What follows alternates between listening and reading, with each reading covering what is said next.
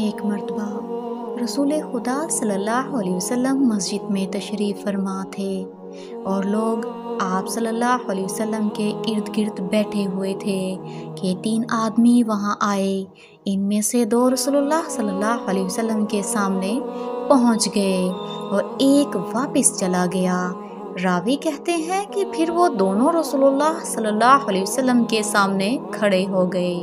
اس کے بعد ان میں سے ایک نے جب مجلس میں ایک جگہ کچھ گنجائش دیکھی تو وہاں بیٹھ گیا اور دوسرا اہل مجلس کے پیچھے بیٹھ گیا اور تیسرا جو تھا وہ لوٹ گیا۔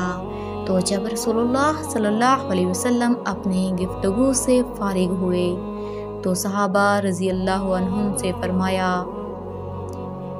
کیا میں تمہیں 3 آدمیوں کے بارے میں نہ بتاؤں؟ تو سنو، ان میں سے ایک نے اللہ سے پناہ چاہی، اللہ نے اسے پناہ دی، اور دوسرے کو شرم آئی تو اللہ بھی اس سے شرمایا کہ اسے بھی بخش دیا، اور تیسرے شخص نے منہ موڑا تو اللہ نے بھی اسے منہ موڑ لیا۔